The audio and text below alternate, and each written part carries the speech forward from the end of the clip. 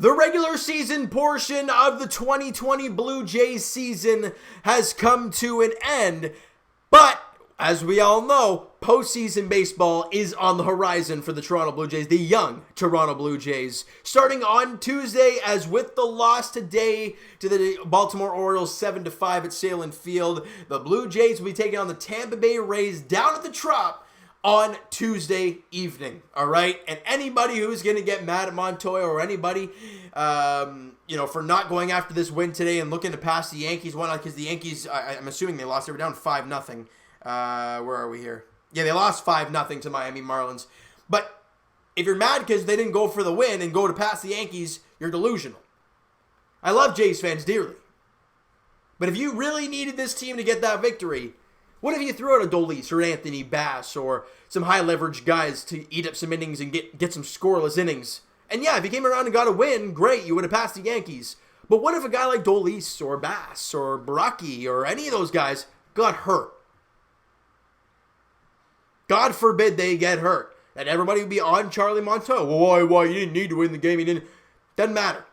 You're in the playoffs. That was always my philosophy. Get in and face whomever it is and just see what this young team can do. The youngest positional team in baseball. It's incredible. And yes, it's a short season, only 60 games, but the Jays do end the year going 32-28, and they end the year winning 3 of 4 against the Yankees and 2 of 3 against the Orioles. So a very good end of the season. The offense got cooking late in the year, and you saw some really good pitching performances late in the year from some of the starters. So a lot of good things trending in the right direction for the Blue Jays heading into Tuesday's Game 1 against the Tampa Bay Rays. Now, we don't know who's pitching right now for the Blue Jays. We know Blake Snell, Tyler Glasnow, and Charlie Morton is the 1-2-3 in that series, all right? We don't know who the Blue Jays are going with. We have no idea what's going to happen there. But all we know is that Tuesday evening, I'm assuming, the Jays and Rays play Game 1. That's what we know for right now.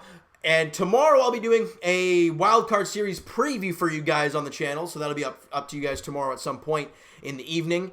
And while the games are going on, Game 1, Game 2, I'm hoping to do some Instagram Live stuff. So if you guys have not followed up the Instagram page already, guys, the link is in the description, so go follow up there if you guys want to do so, of course. And if you don't want to, click the link or whatnot, TO Sports Talk on Instagram, guys, go check it out. All right? Now, let's get to this ball game and quickly talk about this. Tanner Roark got the ball, and we basically had the feeling that Charlie was going to say, hey, Tanner, just go for it. Pitch as much as you want, but just go crazy, because we're just looking to eat up innings now. We don't want to use any high-leverage guys. You end up having to use A.J. Cole. But Tanner Roark still sucked. It only gave you 4 innings and threw like 91 pitches. That's awful. Other than Game 1 of the year for that guy, he has been abysmal. Then he opens his mouth and was just straight up garbage thereafter. Sorry guys, a little itchy. Ugh. And Tanner Roark ends the year with a 4 innings, 5 hits, 4 runs, only 2 were earned, 2 strikeouts and 2 walks. He ends, so obviously 6.80 ERA is very, it should have been a lot worse. But, again, a terrible season for Tanner Roark. Got 2 years at $12 million, did not live up to it at all. And that is why you're not going to see him in round 1 against the Rays. Obviously threw 90-something pitches today. He ain't going to Game 1, 2, or 3. So you're not going to see. Would not surprise me if they even just leave him off the roster to get a fresh arm. It would not surprise me in the slightest. Or if they let him drop, maybe bring in Espinal or something. I don't know. I don't know what they're going to end up doing, but it's going to be very interesting to see how they construct their roster heading into that game against the Rays in Game 1 on Tuesday night. All right, and it didn't start out bad for the Blue Jays in this game. It was actually pretty good. And some really good defensive plays starting in the top of the second inning. I don't know who it was, hit it down the right field line for the Orioles, but Jonathan Davis going after it, jumps at the wall and makes an incredible catch, robbing a home run or at least extra bases. And what a play to end the inning for Jonathan Davis. And then in the next half inning, the Blue Jays have Gurriel at third base, and Jonathan Davis hits a line drive to right field, and it's caught.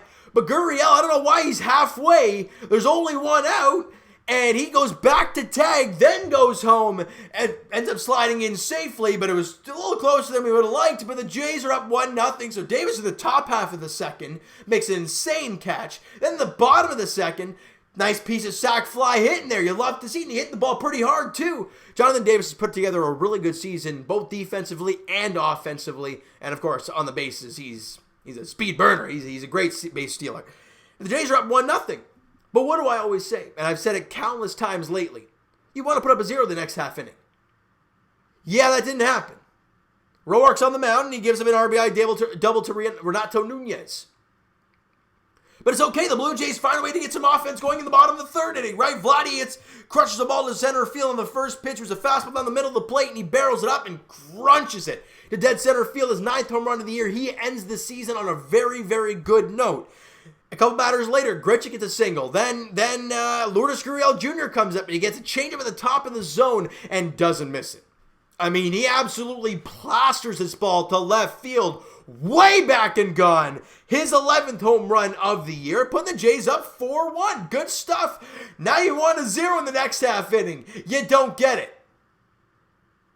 Yes, I agree. Grichuk should have made that play in center field to start the inning. Right? I agree that's not a great way to start the inning, especially when there's a speedy guy on the bases, because that's not the way you want it to happen. That actually didn't happen there. Yeah, right. So then it goes all the way around to third. Hanser Alberto gets the third base. Then he gets Cisco to pop out to Bo Bichette. Then he wants Valleca, and then gives him another triple to Mullins. So a 2-run triple, and it's a 4-3 ball game. But then Hayes hits a sacrifice fly to Lourdes Gurriel Jr., who throws the ball into the different stratosphere.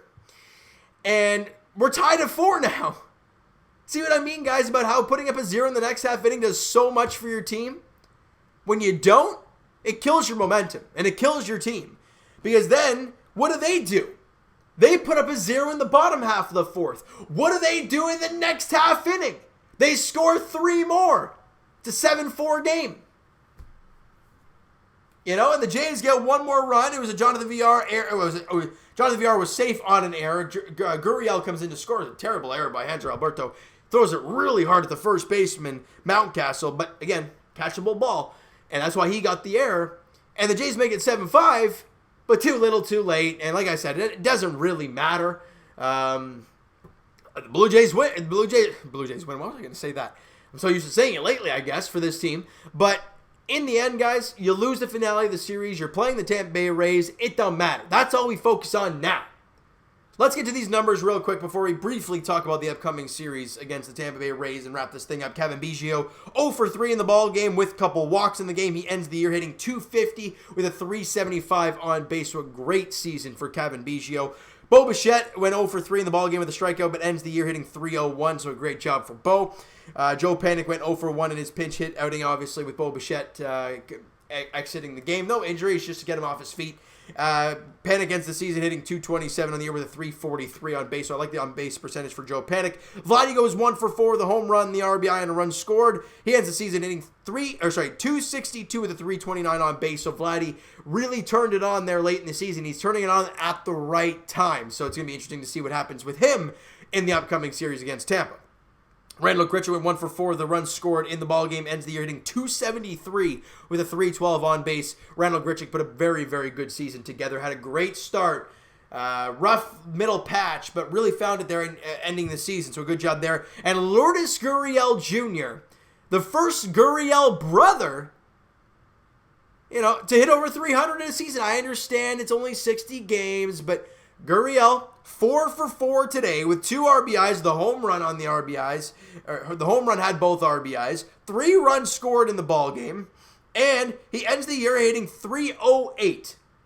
Gurriel is some sort of special, guys, and I can't wait to watch this team come playoff time in a couple days. Travis Shaw went 1 for 4 in the ball game. He ends the season hitting .239 with a .306 on base. Jonathan Villar, 0 for 4 with a couple strikeouts. His Blue Jays tenure was a .188 average in the regular season. And Danny Jansen went 0 for 3 with a strikeout and a walk, a 183 average and a 313 on base for Danny Jansen. All right, now let's get to the pitching staff. And as we said, Tanner Roark was awful. We already went through his numbers. I'm not going to talk about that anymore. Shun Yamaguchi came on in favor of Roark, and he wasn't much better. Went 2 innings, gave up 4 hits, 3 runs. All 3 were earned, walked the batter, and did not strike out anybody. His ERA ends the season at 8.06 for Yamaguchi. And then Patrick Murphy went out there, probably not going to be on the playoff roster. Might be if they need an extra arm. 2 innings, 1 hit, no runs, 1 walk, and a strikeout. So a good job for Patrick Murphy. And ends his year with a 150 ERA in a very small sample size, of course. And A.J. Cole, getting ready for the playoffs, only throws 10 pitches in the ball game, 1 inning, no hits, no walks, 2 strikeouts for him. So a very nice tune-up outing for A.J. Cole heading into the postseason. All right? Now, we've broken down the numbers. We talked about the final game of the year. Now, all our focus turns to the Tampa Bay Rays, who I think today they lost 5. No, did they lose today? They won 5-0 against the Phillies. So, guys, here we go. I have no idea what to expect. People can make predictions, and I'll make a prediction in tomorrow's video. And I won't do that yet because I want to think about things. But my question to you guys is this. Who's the Game 1 starter? And everyone's going to say, well, Ryu is. Well, it clearly doesn't seem that automatic because the Blue Jays haven't said so yet. And Charlie, in his interviews yesterday, said, well, we want to keep our options open. Well, was that only because you didn't know who you were playing? Now you do? Or are you just going to say, hey, Ryu's going. That's it. Lefty, lefty, let's go for it. I don't know. I have no idea what to expect. What's the lineup going to look like? Any guys not on the roster right now, like guys like Santiago Espinal, who got on the taxi squad that we didn't see a lot to end the season, but he'll probably come back to the team. Probably not going to see Roark on the roster. Wilmer Font definitely won't be there. So who do you think is going to surprise maybe coming on the roster or surprising not being on the roster? Let me know, guys. Go crazy in the comments below about that kind of stuff. But I'm not going to say any more. I want to leave that for tomorrow's video, all right? So you know what, guys? That is going to do it for this one.